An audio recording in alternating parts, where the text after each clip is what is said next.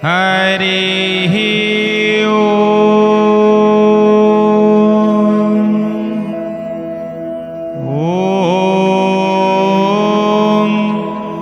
नमो भगवते वासुदेवाय।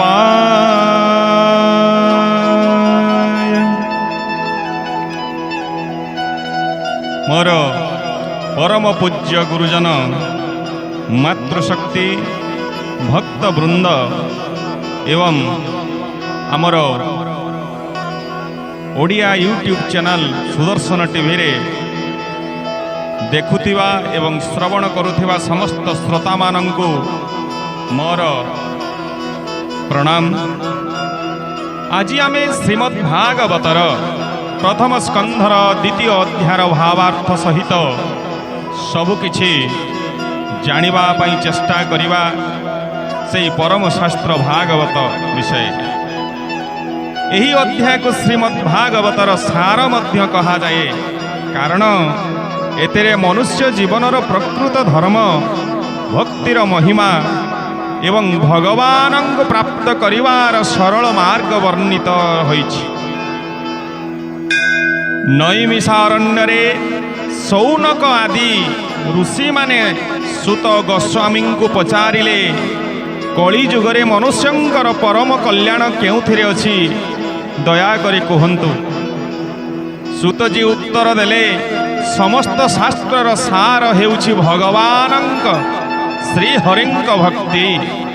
सेई भगवान श्रीहरिंकर श्रवण कीर्तन मनन दर्शन एवं सेवन माध्यमरे आपण श्रेष्ठ कर्म करि परिबे।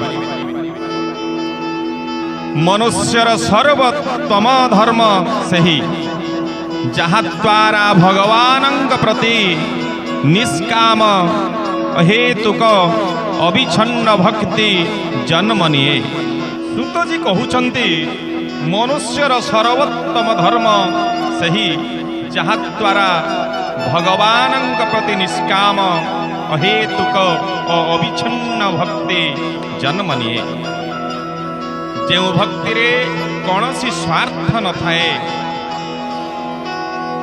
स्वार्थ रहित भक्ति ही निष्काम भक्ति एवं श्रेष्ठ भक्ति एवं भगवानंकर आशीर्वाद प्राप्त करिवार से सर्वश्रेष्ठ साधना होइଥାଏ। किंतु वर्तमान जुगरे आम्भे माने माया महरे भ्रमित हई निष्काम भक्ति को छाड़ी सकाम भक्ति रे आमे माने चालिछु, जहा आमे ईश्वरंकर सान्निध्य केवे लाभ करि पारुनाहु, ईश्वरंकर आशीर्वाद केवे प्राप्त करि पारुनाहु। तेणु आमर भक्तिर मार्ग को आमे परिवर्तन करिवार आवश्यकता रहिछि।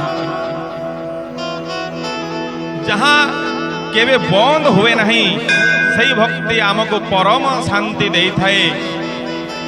धन जश पदवी परिवार भोगविलास केवे मध्य मनुष्य को स्थायी सुख देई पारे नहीं। किंतु वर्तमान आम्भे माने सेई अनित्य द्रव्य अनित्य वस्तु एवं सेई मृगतृष्णा पछरे आम्भे माने पड़ी आमर जो मूल्यवान जन्म ए मानव जनी रे आमी जन्म होइछु 84 लाख जन्म परे सेई जन्म को नष्ट करुछु, समय को नष्ट करुछु एवं आमर मुक्तिर मोक्षर मार्ग को माने मध्य आमे भूली जाइछु। भगवानंक प्रेम ही प्रकृत सुखर उत्स। यही जिनिसटा आपण मानंकु बुझिबा पई पड़िबो। सुतजी कहउछंती, भगवानंकर लीला नाम गुण एवं कथा को श्रद्धार सहित श्रवण कले मनरे पाप काम क्रोध लोभ मोह धीरे धीरे नाश हुए। जेपरी सूर्य उदय हेले अंधकार दूर हो जाए, सूर्यर आगमन रे श्री ब्रह्म मुहूर्त देखिए आपण धीरे धीरे आलोक प्रवेश करे अंधकार दूरे चली जाए। सही परि भागवत श्रवण रे आपणक मन भितर जो अज्ञान रूपक अंधकार माड़ी बसी देखिए आपण धीरे धीरे से गुड़िक सब दूरे जीव। यह ही सत्य। नियमित भागवत श्रवण कीर्तन और सत्संग द्वारा हृदय निर्मल हुए। हृदय शुद्ध हेले भगवान प्रति प्रेम बढ़े। प्रेम बढ़िले ज्ञान वैराग्य स्वतः प्रकाश पाए। तेणु भक्ति हेउछि ज्ञान एवं वैराग्यर जननी। एही अध्याय एहा मध्य कहा जाइछि जे सृष्टिर समस्त कार्य भगवानंकर शक्ति द्वारा परिचालित। दैवाधीनम जगत सर्वम जहाँ वेद रे कहागला। तेणु ये जगत विश्व ब्रह्मांड से दैवंग भगवानंकर अधीन तांकर अदृश्य शक्ति द्वारा परिचालित। यहाँ आपण को बुझिबा पई पड़िबो।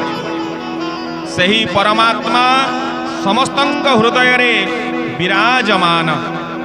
जहाँ गीता रे मध्य कहा जाइछि समस्तंक समान दृष्टि रे देखिबा स्थित प्रज्ञ अवस्था को आसीबा।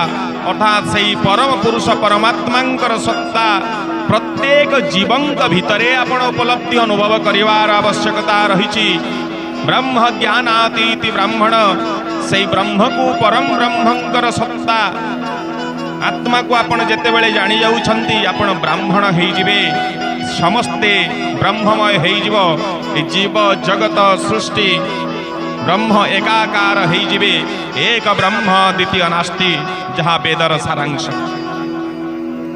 जे समस्तंक प्राणी भगवान को देखे से प्रकृत भक्त। भगवान सेवा केवल मंदिर रे पूजा करवा नुहे। सत्य कहिबा दया करिबा परोपकार करिबा माता पिता को सम्मान करिबा गुरुंक आदेश पालन करिबा एवं समस्तंक प्रति प्रेम रखिबा मध्य भक्तिर एक अंश अटे। कली जुगरे भगवानंकर नाम स्मरण सर्वश्रेष्ठ साधन। हरि नाम भागवत श्रवण साधु संग मनुष्य को ए भवसागर रु पार करे। जो आमे संसार रूपक सागर रे आमे भासमान अवस्था रे रहिचु। मझी दरिया रे आमे रहिचु। काम क्रोध लोभ मोह माया रे भ्रमित हेई सेई सागर मध्यरु केमिति आमे पार हवा से ही होउची सत्संग माध्यम रे सेई भागवत माध्यम रे से ईश्वरंग भक्ति माध्यम रे ही आमे ए संसार रूपक सागर रु मुक्ति पाई परिबा। जदि देखिबा एही अध्याय रे जो श्रेष्ठ महत कथा गुड़िक कहा जाइछि मानव मानक उद्देश्य रे भगवानंक प्रति निष्काम भक्ति ही श्रेष्ठ धर्म। आमे वर्तमान विभिन्न धर्म सब ग्रहण करुछु। विभिन्न प्रकार नुआ भगवान सृष्टि होउचंती धर्म सृष्टि होउचंती किंतु मानव समाज रे शांति नहीं। यार कारण होउची आम निष्काम भक्ति आम मन भितर नहीं। आमे सकाम भक्ति रे किछि लोभरे पड़ी आमे धर्म ग्रहण करुछु। सेई अनुष्ठान सहित जड़ित होउछु प्रार्थना करुछु। एई प्रकार आमे सब कर्म गुडी को करुछु जहाँ भगवान प्रति निष्काम भक्ति केबे आमे करि पारुनाहु जहाँ श्रेष्ठ धर्म। तेणु आमे से धर्म रे शांति प्राप्त करि पारुनु। आमर जीवात्मा को आमे मोक्ष आड़ को नहीं पारुनु। आमर अधगति हो जाउछि अनेक समय रे। भागवत श्रवण मन को पवित्र करे। आम मन अपवित्र अवस्था रे अछि। काम क्रोध लोभ मोह माया रे जड़ित रहिकि मन आमर पाप पंकरे बुड़िकी रहिछि। से भागवत श्रवण आपण करंतु। ई पाप पंकरे जो मन आपणकर बुड़िकी रहिछि निश्चित भाव रे आपण पवित्र हेइ जिवे शुद्ध हेइ जिवे। सेई परम पुरुष भगवानंकर प्रिय हेइ जिवे। आपण सत्संग जीवन को परिवर्तन करे। भक्तिर ज्ञान और वैराग्य जन्म निये। हरिनाम हेउछि कलिजुगर सरल मुक्तिर मार्ग। आमे समस्ते मुक्ति खोजुछु शांति खोजुछु किंतु हरिनाम हरिंकर शरण को केबे आमे जाऊ जहा आमे वृथाटारे से पाउंस गदारे आहुति देवा सदृश आमर प्रत्येक कर्म नष्ट हो चली आसंतु आमे समस्ते गोटे संकल्प नवा नित्य भगवानंकर नाम स्मरण करिबा श्रीमद भागवत श्रवण करिबा एवं निज जीवन को सत्कर्म सेवा एवं भक्ति रे पूर्ण करिबा बोलंतु श्री कृष्ण भगवानंकर जय बोलंतु श्रीमद्भागवत महापुराणंकर जय हरि बोल। तेबे आसंतु आज आमे सेई प्रथम स्कंधर द्वितीय अध्याय विशद भाव आमे देखिबा कौन रही से भगवानंकर परम कल्याण वाणी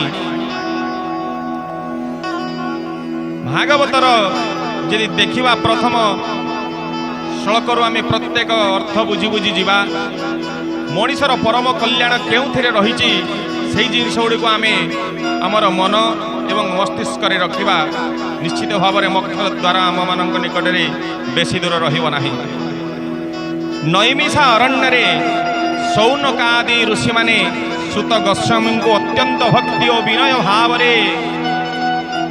ससन माने सभक्ति से शुणा को बसी आम्भ मान से दिव्य ज्ञान हरिकथा एवं निष्काम भक्ति विषय जनातु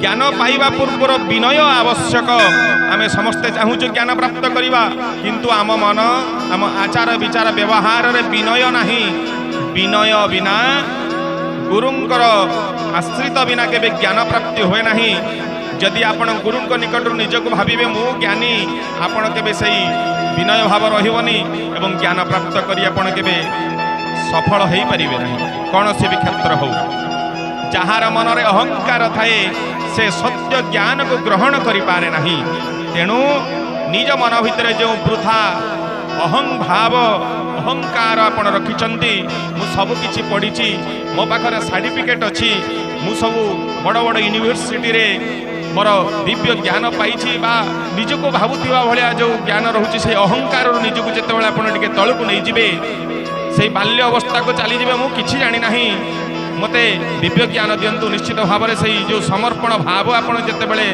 गुरुंक निकट रे ईश्वरंक निकट रे आपण को करिदेबे निश्चित देखिबे आपणकर से दिव्य ज्ञान आपणक मन भितरे स्वतःप्रभुत भाव रे बाहरिबो जहाँ आपण को संसार रो पार करिवो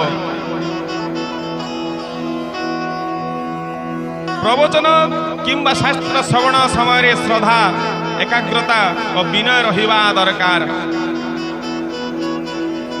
शास्त्र बहुत अच्छी ज्ञान अनेक अच्छी धर्म अनेक अच्छी सबु धार्मिक ग्रंथ रे अनेक भगवान अछंती तांकर नीतिवाणी अच्छी किंतु जीवन बहुत छोट से सब ज्ञान को आमे चाहिए भी प्राप्त करि पारिबनी प्राप्त कले भी आमे मोक्ष प्राप्त करि पारिबनी आपण केते सहज भाव में मोक्ष प्राप्त करिवे संसार सुख शांति प्राप्त करिवे सेति पई आपण शास्त्र सार कथा जानिबा आवश्यक जहाँ श्रीमद भागवत जो परम शास्त्र रे अछि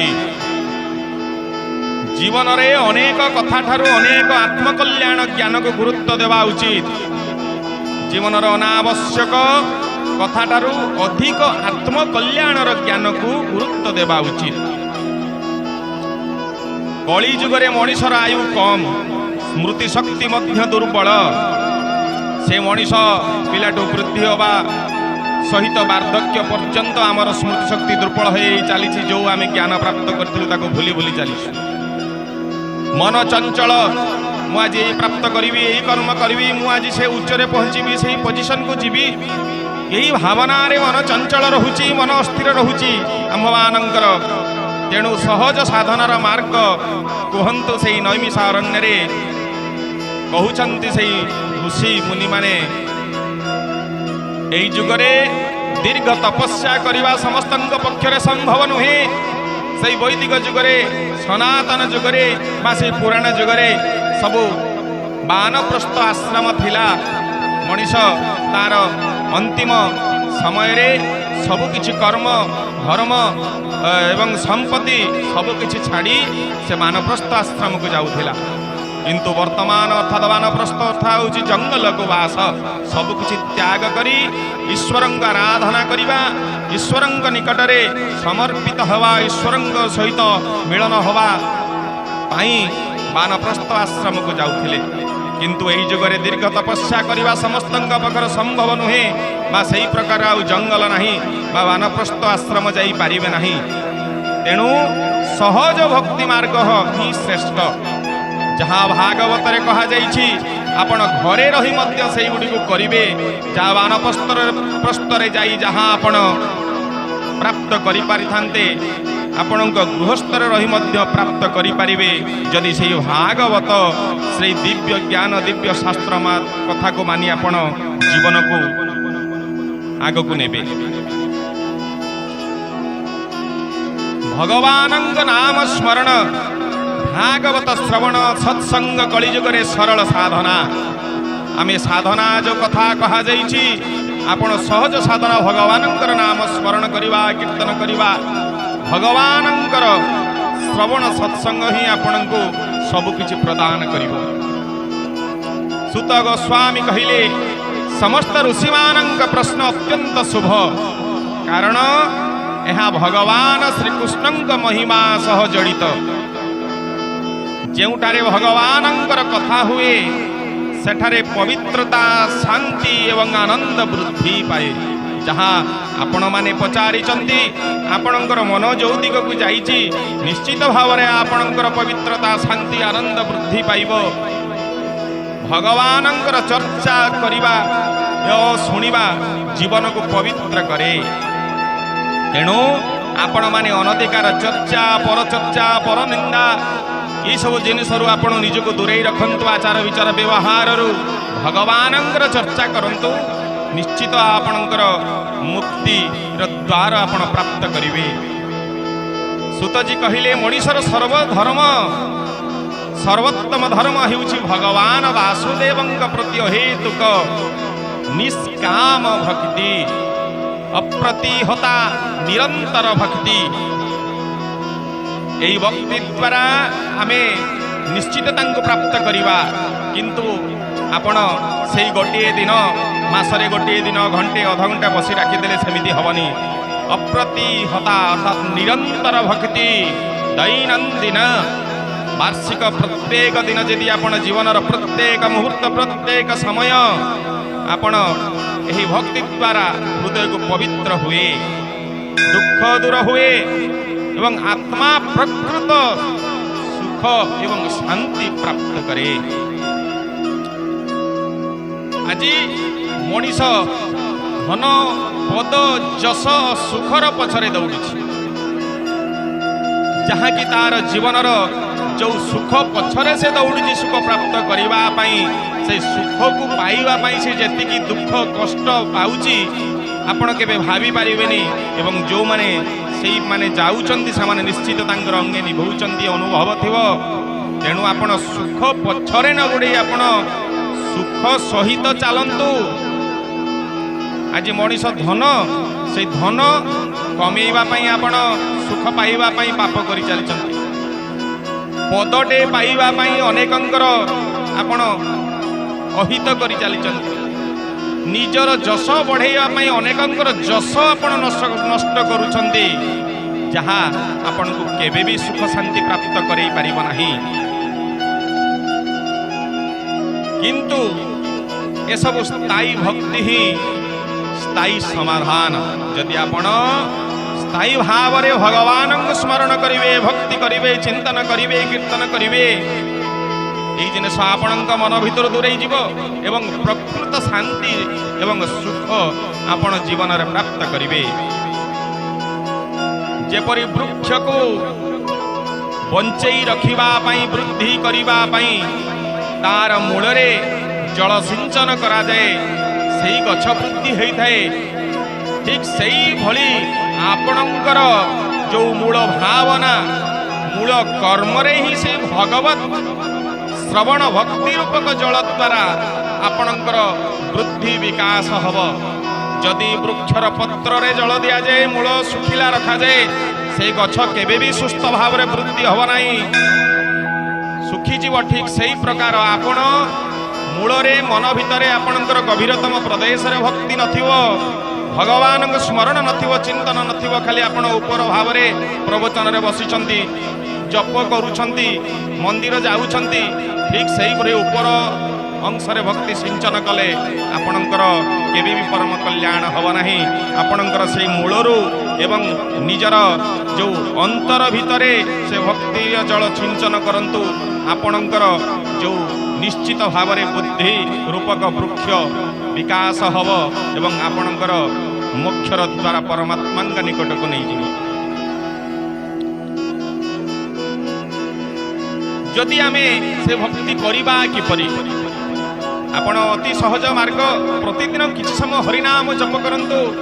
ଆପଣ ଓମ୍ ନମ ଭଗବତେ ବାସୁଦେବାୟ ଜପ କରିପାରିବେ। ଶ୍ରୀ ହରି କୌଣସି ବି ସେଇ ଭଗବାନଙ୍କର ନାମ, କୃଷ୍ଣାୟ ନମଃ, ଜଗନ୍ନାଥାୟ ନମଃ, କୌଣସି ବି ନାମଟେ ନିଅନ୍ତୁ ଭଗବାନଙ୍କର। ଭଗବାନ ହେଉଛନ୍ତି ସର୍ବବ୍ୟାପକ, ସର୍ବସ୍ଥିତ, ସର୍ବକର୍ତ୍ତା, ସର୍ବଦ୍ରଷ୍ଟା, ସର୍ବନିୟନ୍ତା। ସିଏ ତାଙ୍କର କୌଣସି ବି ନାମ ନିଶ୍ଚିତ ଭାବରେ ସେ ସବୁ ଶୁଣିଥାନ୍ତି। ତାଙ୍କର ସବୁଠାରେ ସେ ବିଦ୍ୟମାନ, ସବୁ ନାମ ତାଙ୍କର ଏ ସୃଷ୍ଟି ପ୍ରତ୍ୟେକ କୋଣ ଅନୁକୋଣରେ ସେ ବିଦ୍ୟମାନ। ତେଣୁ ଆପଣ କୌଣସି ଭ୍ରମିତ ନ ହୋଇ କୌଣସି ବି ନାମରେ ଭଗବାନଙ୍କୁ ସ୍ମରଣ କରନ୍ତୁ, ଆପଣ ଭକ୍ତି ପ୍ରାପ୍ତ ହେବ। ଶ୍ରୀମଦ ଭାଗବତରୁ ଅତି କମରେ ଗୋଟିଏ ଶ୍ଲୋକ କିମ୍ବା କିଛି ଅଂଶ ପଢ଼ନ୍ତୁ, ନିଶ୍ଚିତ ଭାବରେ ସେ ଦିବ୍ୟ ଜ୍ଞାନ ଭକ୍ତି ଉପଜିବ ଆପଣଙ୍କ ହୃଦୟରେ। ସତ୍ସଙ୍ଗ ନିଶ୍ଚିତ ଭାବରେ କରନ୍ତୁ। ଆମେ ସତ୍ସଙ୍ଗକୁ ଛାଡ଼ି କୁସଙ୍ଗ ଅଧିକ ସମୟ କରୁଛୁ, ଯାହା ଆମର ଅଧଗତିର କାରଣ।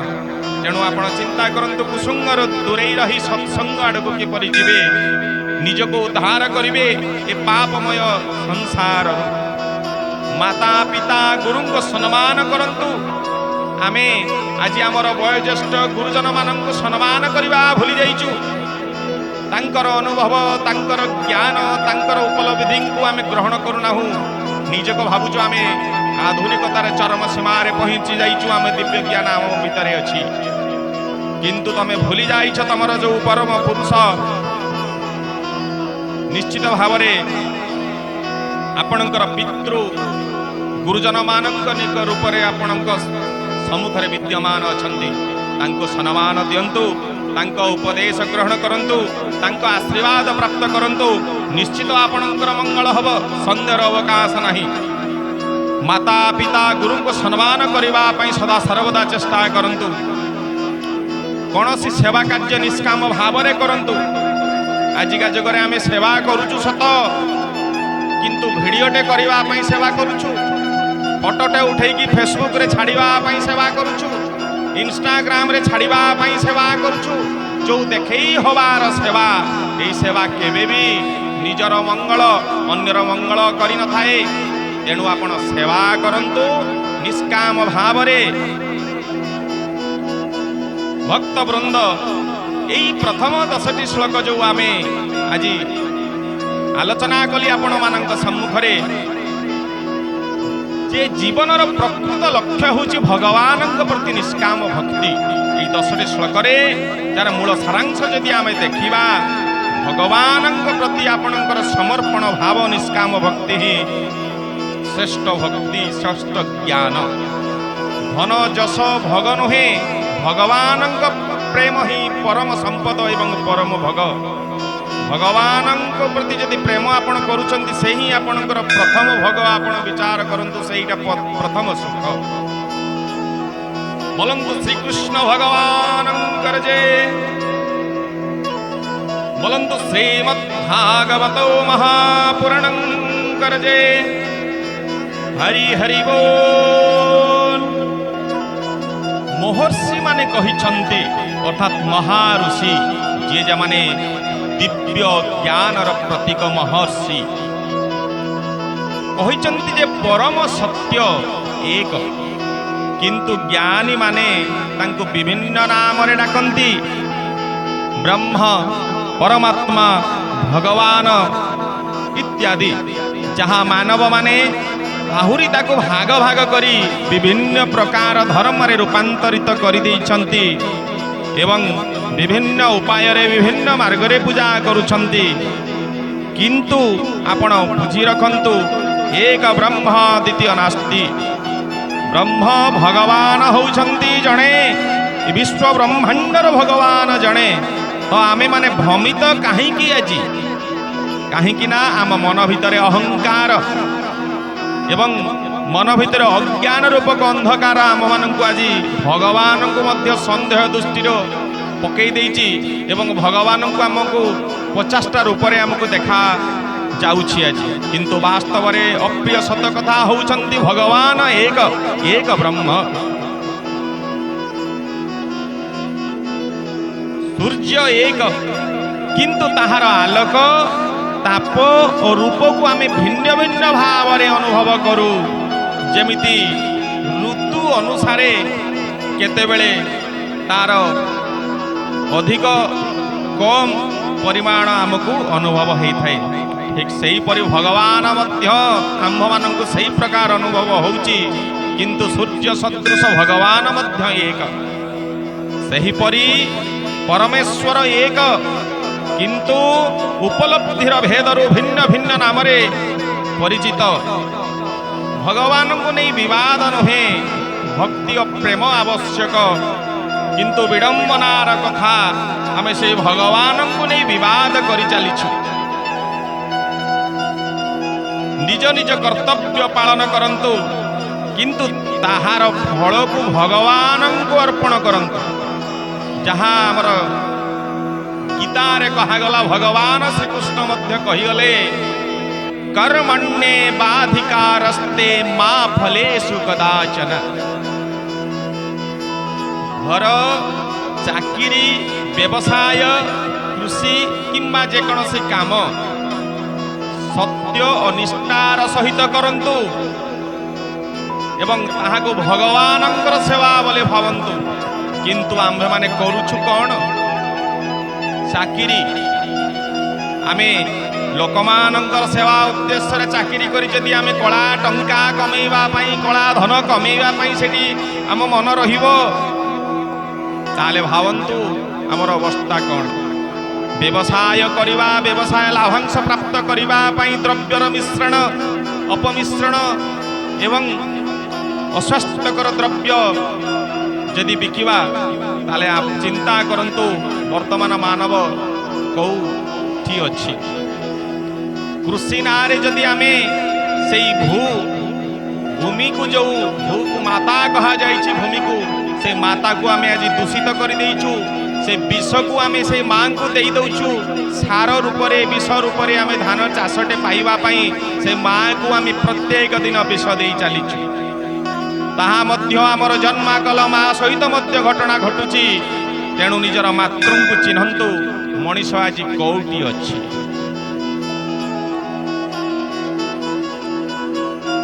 सत्य एवं निष्ठा निश्चित भाव रे प्रत्येक कर्म रे आवश्यकता रहिछि ताहाको भगवानंकर सेवा बोली भावंतु आपण चाकिरी करिसंती भावंतु से भगवानंकर नर रूपक नारायणंकर सेवा हम करुछि चाकरी आपण व्यवसायटे करुछंती आपण भावंतु से नर रूप रे भगवान को नारायण को मु द्रव्यटे दउछि ए भावना रहिले आपणकर लाभ तो प्राप्ति हब निश्चित भाव रे आपण जीवनर सत्य मार्ग रे रहिबे भक्ति मार्ग रे रहिबे भगवानंकर आशीर्वाद प्राप्त करिवे एवं ए संसार रो एवं सुख मध्य भोग करिवे साधुंक संगर भगवान कथा शुणिबार रुचि जन्म निए तेणु आपण सज्जन साधु सहित संग करंतु आज का दुनिया रे कौन घटी किछि बहुरूपी नीलवर्ण श्रृगाल आज आमर धर्म भितर को पशि जाइछंती गेरुआ पिंधि टीका चंदन लगई जहाँ आमर धर्म को आज से कलुषित करिछंती एवं आमर साधु संत मानक संदेह दृष्टि रे समस्त को देखा बाध्य करिछंती किंतु ताहा आपण को बाछिबा पई पड़िबो ଆପଣଙ୍କର ଯେଉଁ ଅନୁଭବ ଜ୍ଞାନରୁ ବାଛିବା ପାଇଁ ପଡ଼ିବ ସାଧୁ ସନ୍ଥ ମାନଙ୍କୁ ଏବଂ ସାଧୁ ସନ୍ଥ ରୂପରେ ଯେଉଁ ରହିଛନ୍ତି ନୀଳବର୍ଣ୍ଣ ଶୃଗାଳ ତାଙ୍କୁ ମଧ୍ୟ ଚିହ୍ନି ଉପଯୁକ୍ତ ଦଣ୍ଡ ଦେବାର ମଧ୍ୟ ଆବଶ୍ୟକତା ରହିଛି। ଯାହା ସେଇ ସତ୍ସଙ୍ଗ ଆପଣ କହିବେ ମୁଁ ସାଧୁ ଭାବି ଯାଇଥିଲି ସତ୍ସଙ୍ଗ କରିବା ପାଇଁ କିନ୍ତୁ ମୋର ପ୍ରବଳ ଅମଙ୍ଗଳ ହେଲା। ବାସ୍ତବରେ ଅଜ୍ଞାତବଶତଃ ଆପଣ କୁସଙ୍ଗ ହିଁ କରିଛନ୍ତି, ସେଇଥିପାଇଁ ଅମଙ୍ଗଳ ହେଇଛି। ଆପଣ ନିଶ୍ଚିତ ଭାବରେ ଆପଣଙ୍କର ଦିବ୍ୟ ବୁଦ୍ଧି ଜ୍ଞାନରେ ସମସ୍ତଙ୍କୁ ପରଖି ସାଧୁ ସନ୍ଥଙ୍କର ସତ୍ସଙ୍ଗ କରନ୍ତୁ, ନିଶ୍ଚିତ ମଙ୍ଗଳ ଆପଣଙ୍କର ହେବ। ଯେପରି ସୁଗନ୍ଧିତ ଫୁଲ ପାଖରେ ରହିଲେ ଶରୀରରେ ସୁଗନ୍ଧ ଲାଗିଥାଏ, ଠିକ୍ ସେହିପରି ସାଧୁଙ୍କ ସଙ୍ଗରେ ରହିଲେ ଜୀବନ ପବିତ୍ର ହୋଇଥାଏ। ଭଗବାନଙ୍କ କଥା ନିୟମିତ ଶୁଣିଲେ ହୃଦୟରେ କାମ କ୍ରୋଧ ଲୋଭ ମୋହ ଧୀରେ ଧୀରେ ଦୂର ହୋଇଯାଏ, ମନ ଶାନ୍ତ ହୁଏ ଏବଂ ଭକ୍ତି ଦୃଢ଼ ହୁଏ। ଭକ୍ତିକୁ ଆପଣଙ୍କ ଦୃଢ଼ତା କରିବା ପାଇଁ ପଡ଼ିବ। ଅନେକ ଲୋକ ଅଛନ୍ତି ଆପଣ ନାସ୍ତିକ ଆପଣଙ୍କୁ କରିପାରନ୍ତି, ଆପଣଙ୍କୁ ଭ୍ରମିତ କରିପାରନ୍ତି, ସନ୍ଦେହରେ ଆପଣଙ୍କୁ ପକେଇ ପାରନ୍ତି, କିନ୍ତୁ ଭକ୍ତି ଦୃଢ଼ କରିବା ପାଇଁ ଆପଣଙ୍କୁ ନିଜର ଦିବ୍ୟ ଜ୍ଞାନ ବୁଦ୍ଧି ବିବେକ ପ୍ରୟୋଗ କରିବା ପାଇଁ ପଡ଼ିବ। ପ୍ରତିଦିନ କିଛି ସମୟ ଭଗବତ ନାମ ଭାଗବତ ପାଠ କିମ୍ବା କୀର୍ତ୍ତନ ପାଇଁ ରଖନ୍ତୁ, ଯାହା ଆପଣଙ୍କର ଭକ୍ତି ସୁଦୃଢ଼ ହେବ। ଭକ୍ତିର ପ୍ରଭାବରେ ରଜଗୁଣ ଅତ୍ୟଧିକ ଇଚ୍ଛା ଅଶାନ୍ତି ଯୋଉଟା ରଜଗୁଣର ଲକ୍ଷଣ ସେଗୁଡ଼ିକ ଶାନ୍ତ ହୋଇଥାଏ। ତମଗୁଣ ଆଳସ୍ୟ ଅଜ୍ଞାନ ସେଗୁଡ଼ିକ ମଧ୍ୟ ଭକ୍ତି ମାଧ୍ୟମରେ ଶାନ୍ତ ହୋଇଥାଏ, କମି ଯାଇଥାଏ। ସତ୍ୱଗୁଣ ବଢ଼ିଲେ ମନରେ ଶାନ୍ତି ବିବେକ ଈଶ୍ୱର ପ୍ରେମ ଜାଗ୍ରତ ହୁଏ।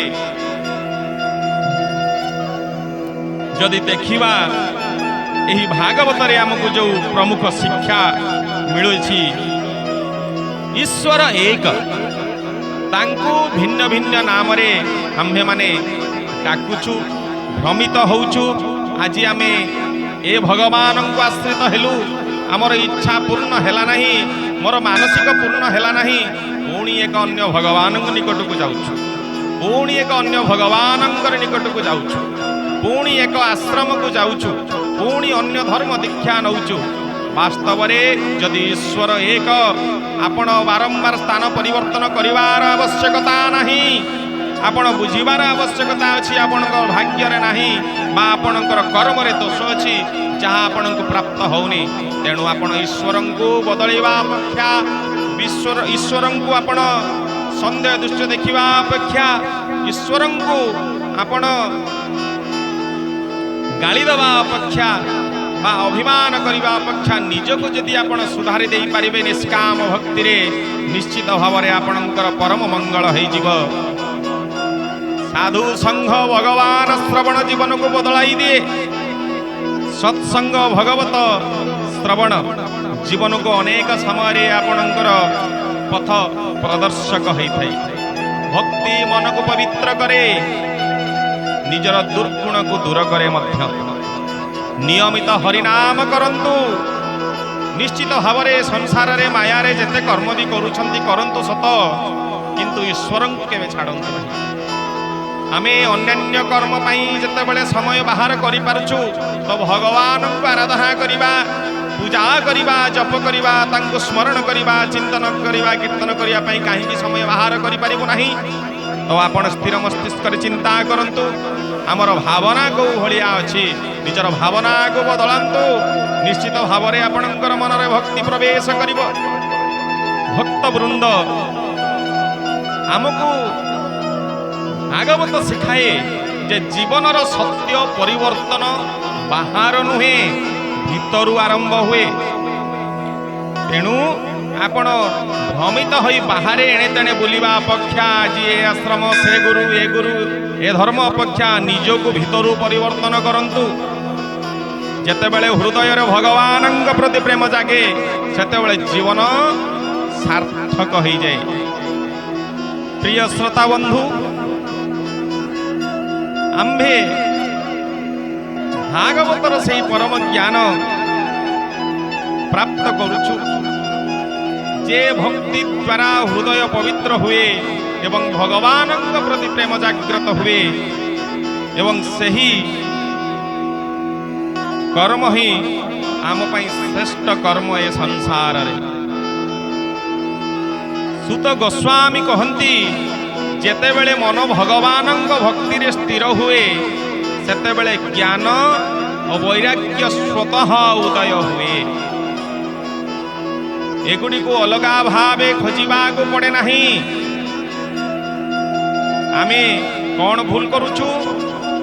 आमे मन भितर भगवान को भक्ति करि पारु नाहु किंतु ज्ञान वैराग्य बाहर खोजुछु।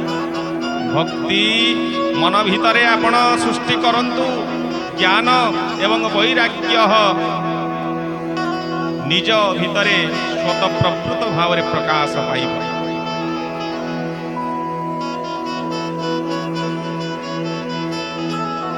परमात्मा प्रत्येक जीवर हृदय रे विराजमान। यही दिव्य ज्ञान आपण जानी रखिबा उचित।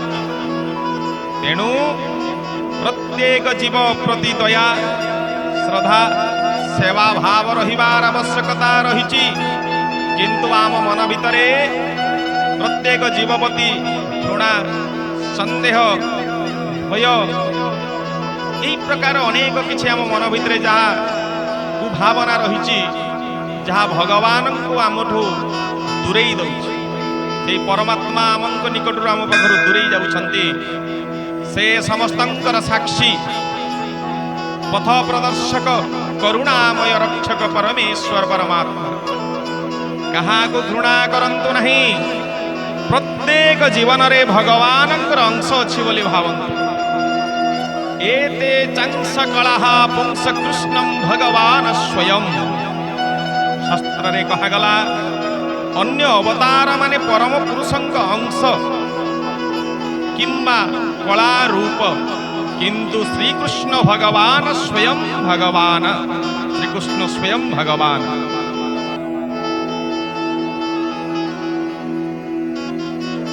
आमर भागवत जो परम शिक्षा मिले आमको निष्काम भक्ति ही परमो धर्म। निष्काम भक्ति ही परमो धर्म। साधु संग और भग भागवत श्रवण हृदय को पवित्र करे। भक्ति ज्ञान वैराग्य जन्म निये। भगवान समस्त हृदय रे वास करंती। भगवानंकर नाम स्मरण और भक्ति जीवन को सफल करे।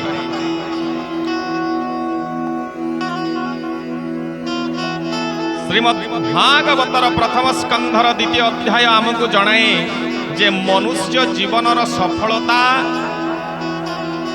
धन उच्च पद मान सम्मान प्रतिष्ठा पाई नुहे भगवान प्रति निर्मल प्रेम निष्काम भक्ति ही रहिबा आवश्यक। जे भक्तिर मार्ग अनुसरण करे तांक जीवन रे शांति ज्ञान और आनंद स्वतः प्रकाश पाए।